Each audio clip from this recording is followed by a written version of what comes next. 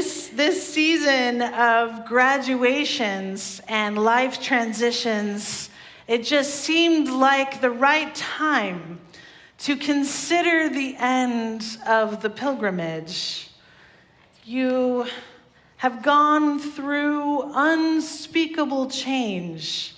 You have been a witness to your own becoming, and yet you are far too recognizable. The writer Thomas Wolfe famously wrote in 1940, "You can't go home again. You can't go back home to your family, back home to your childhood, back home to a young person's dreams of glory and fame, back home to places in the country, back home to the old forms and systems of things which once seemed everlasting, but which are changing all the time, back home to the escapes of time and memory. You can't go home again." In certain ways, Wolfe was writing allegorically about the changes that befell the nation in the 1930s after the stock market crash and the rise of fascism, the way American life transformed so quickly as to be unrecognizable. It is a parallel, I think, that we have experienced as a nation perhaps since the pandemic. But he was also pointing towards the personal transformations, those ways we come of age and continue to come of age throughout our entire lifespan, or the ways we choose to live differently or make that change that we have been planning undercover for quite some time in secret. And then for the graduate who returns home from college or away or abroad, having passed through a portal of experience, knowledge, and interaction, all proving and reproving your mundane adulthood, giving you adult tasks and the weight of responsibilities and worries in this economy. And still, your mom reminds you to take your plate to the sink before you had the chance to demonstrate that this is a thing you do already. Because you too are the proud owner of a plate, a table, a sink in your own home. Sometimes, yes, you have to fully escape the clutches of the known, your comfort place and comfort people, in order to shed a former skin, create your chrysalis, and become someone new. This is often the point of the outward pilgrimage, to set a course and then to set forth, leaving the comforts of the known path behind you in the rear view. Now, I have already shared a little bit about my own pilgrimage experience that I took over sabbatical. I set off on the Camino de Santiago on August 30th, 2025. I shared with you in a previous sermon my extreme lack of preparation for such a journey. I just started walking, y'all. It was crazy. A 15-day pilgrimage across the coast of northern Portugal, then up to coastal Spain, through a portion of Spain called Galicia, where they speak like a different type of Spanish, before hiking through the hills and mountains finally towards the cathedral city of St. James, Santiago de Compostela. Now, as an act of faith for this journey, I placed my trust fully in the mystery, the unknown. The Camino de Santiago is a UNESCO World Heritage Pilgrimage Trail. It is kept up and cared for by an international corps of volunteers who keep up the trails. They paint yellow arrows with blue backgrounds, sometimes with a little yellow shell underneath to point the way. And there are also tricksters along the way who graffiti other yellow arrows. So you must become specifically attentive to the exact shade and intricacies, like that shade of yellow, is it really right? The intricacies of the signs calling you onward, pointing the way. Now, this attentiveness will come back around in a few minutes, so remember the attentiveness. As you go, passersby will say, Buen Camino, an open-ended greeting, also a blessing, also a message of solidarity from one pilgrim to another. We are travelers. We are not of this place. Occasionally, you will respond, sometimes through gritted teeth on a dreary and mysterious uphill climb, Buen Camino, not that fun. And then there is another saying that people might say to you along the way, or you might see it scrawled in graffiti on your path. Those are the words, Camino is life. I suppose every pilgrim has their own interpretation of that phrase, Camino is life. For me, this means that if we can open ourselves to this concept, Camino is life, we understand that we are always on a pilgrimage of sorts.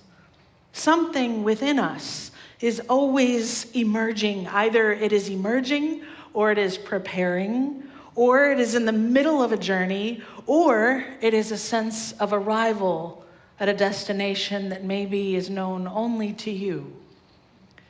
My particular Camino was filled with purpose and wonder, treasures and mystical encounters. I did return changed, but not in ways that would be noticeable. I returned to my same beloved family, beloved home, beloved congregation, but I did not want the circumstances of my life to remain as they had been, as they were, before my great adventure had transformed some critical inner parts of me. And I did not want to spend lots of sermons making great proclamations either. I tried to live my life by the words of the poet Mary Oliver, who wrote in her poem sometimes, instructions for living a life. Pay attention. Be astonished. Tell about it. To be a pilgrim on ancient worn paths of international travelers who have come seeking spiritual renewal, religious connection, sometimes with elation and fervor across continents, well, it is an epic journey, truly. One of my favorite encounters on the Camino was when I brushed elbows with the Order of Nuns of the Camino. They are not fake nuns, they are real nuns. They're in like blue habits. Their service is to be cheerleaders for the Camino. They walk the trails in perpetuity, back and forth and all around. I later learned they love to take selfies. They post them on their Instagram, all about their Camino sights and sounds. Their Instagrams are very popular. And most of all, they'll cheer for you if you need a pick-me-up. I ran into them in a confusing cafe where the facilities were difficult to find and they were much needed. And so I was distracted, but I did remember thinking that they were the most hyped up, smiling, singing, laughing order of nuns I had ever seen. These nuns, well, they are like the clear voice of the divine that is always urging you and cheering you along on your own pilgrimage. Perhaps that is a voice, a relationship with spirit. Perhaps it is your own inner voice, or the voice of someone who nurtured you, who is joyfully celebrating your becoming someone new. At any rate, on the Camino, this is just a typical 10 a.m. mid-morning happening, that one of those things that transforms this from a simple hike into a full-throttled adventure. Instructions for living a life. Pay attention. Be astonished. Tell about it. The change took shape when I began to feel comfortable in any terrain, on any landscape, on boat or by land or by bus or by train, in any language, completely on my own in the world, and for the first time, completely at home in myself. I mean, even now, I am struggling to find the words to express to you how big of a deal that is, and how much it means to the person who I had been my whole life, the person who found comfort only when surrounded by others, who hungered for people to be around me at all times, who always felt slightly scared and threatened whenever she was on her own. I was more alone in the world than I had ever been before. But instead of feeling afraid and weighted down by the responsibility, instead of feeling suspicious of the world and under threat and wondering if everyone else was having a better time than me, this is a very real thing I deal with. It's called a FOMO. I just always want to know what you're having for dinner, so if you ever want to let me know, I'm very curious. But instead of feeling suspicious or under threat or lonely on the Camino on my own, I felt free. I returned to my ministry with that freedom, feeling less threats all around me, feeling a much stronger sense of self.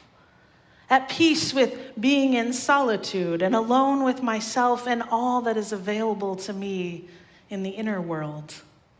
These changes have manifested in my ministry, and I hope and pray they are noticed, even if it's just someone quizzically appraising me and saying, there's something different.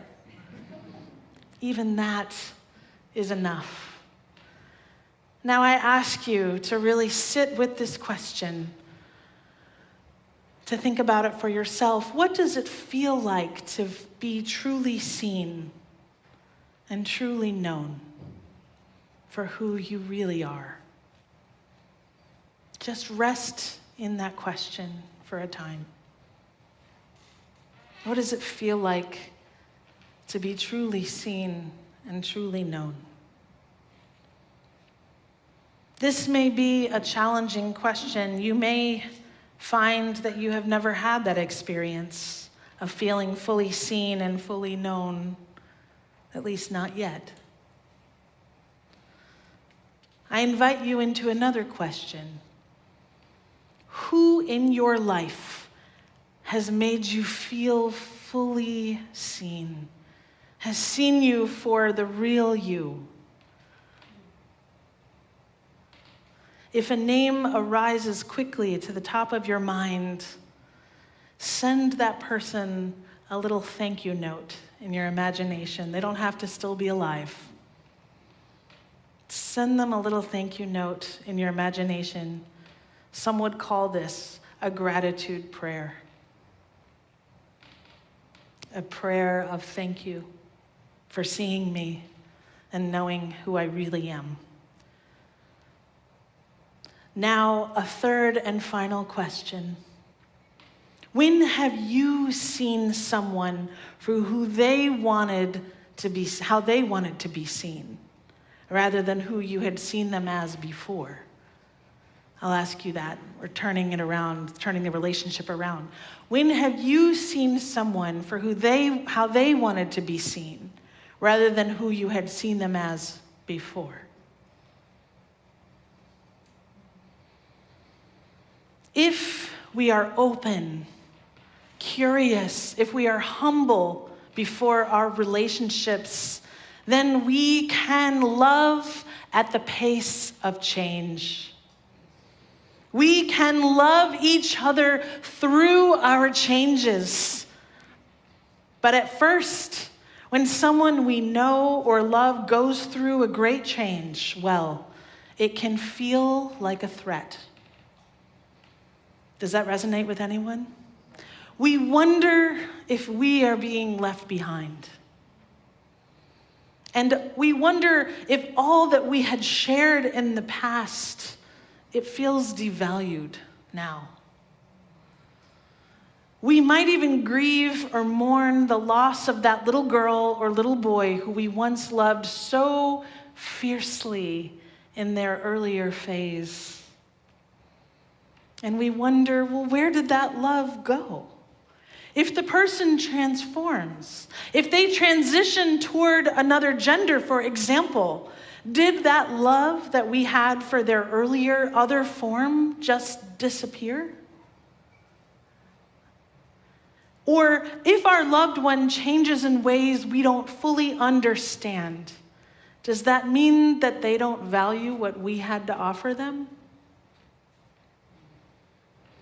You know, Ona mentioned releasing relationships that could no longer hold her or see her through her changes. I invited Ona up here to speak, to share a reflection with you, because she is a child of this congregation. And a few months ago, she actually became a full-fledged member of this congregation. And she, 2 weeks ago, sought me out after church, and she said, okay, Reverend Taryn, now that I'm a member, I am ready to lead and to serve on a committee. So could you help me think about which committee would be best for my leadership skills and my vision for this congregation? So she was telling me and teaching me how to treat her now, no longer a child, right? But someone who has gone, and I said this in the first service, so she's okay with it. Someone who has gone through a transition and now wants to be seen on the other side for who she really is and what she has to offer. Sometimes, yes.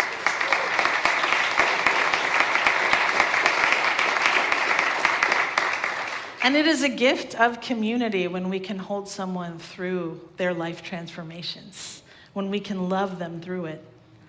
So she referenced sometimes that part of the skin that we must shed in order to love ourselves into the one we are becoming.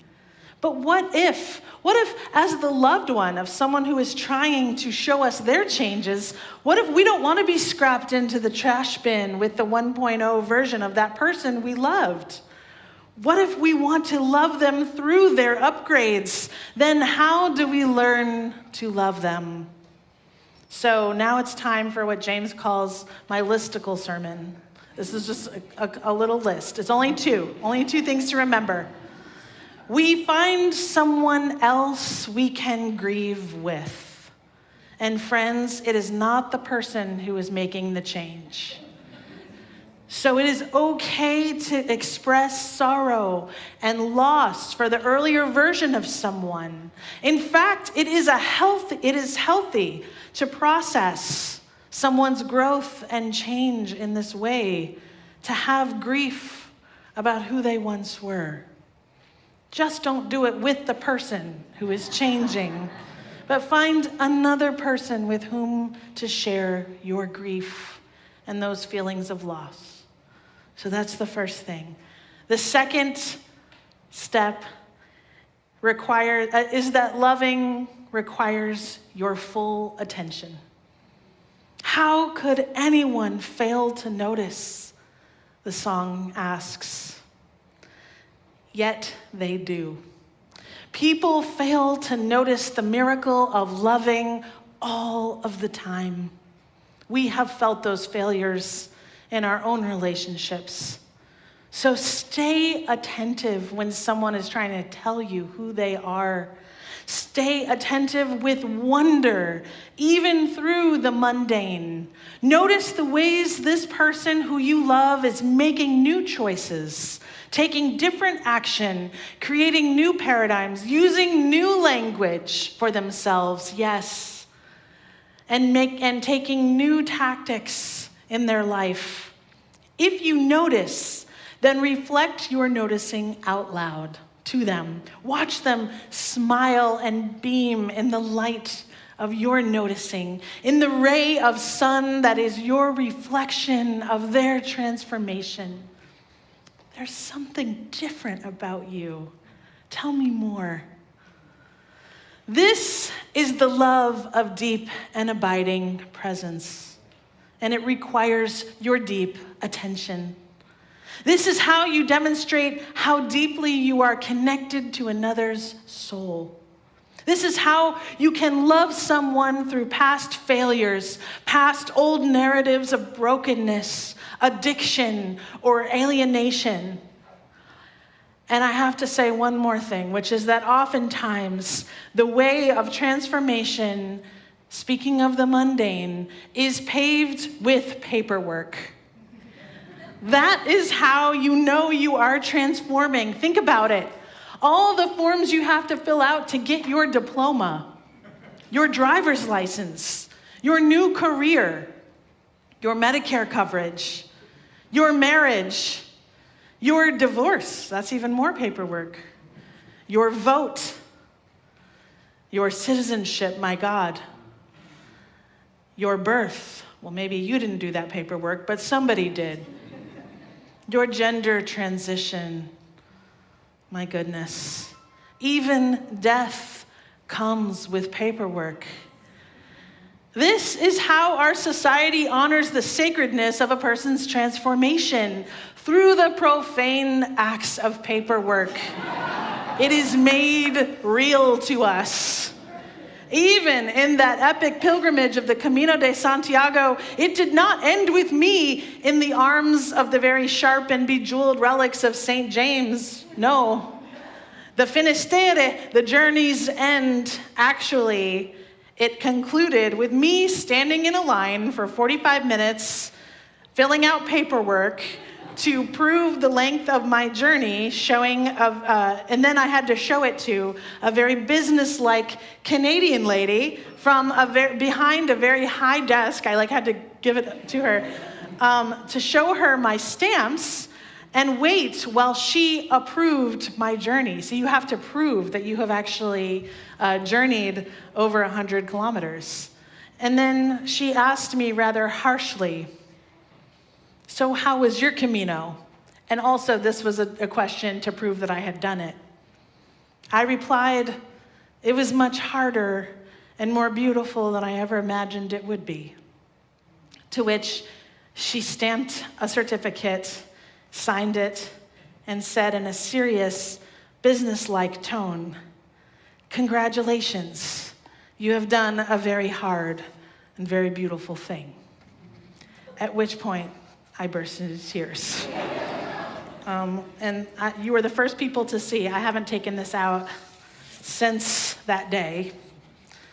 So they give you a scroll. I think you're supposed to put it on your wall or something, but I haven't done that, to prove that you have done the Camino de Santiago.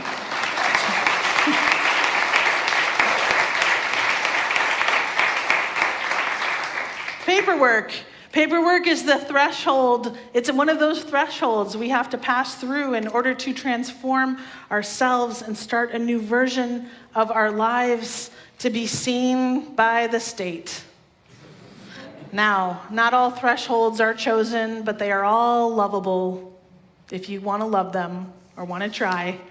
A further stamp of approval upon our newest upgrade. And for many, these stamps, whether they come from the state or another institution, they are a privilege. There is no one else in the world like you. You are wondrous. You are glorious, and you deserve a relationship and a place where you can be fully known and seen as you wish to be known.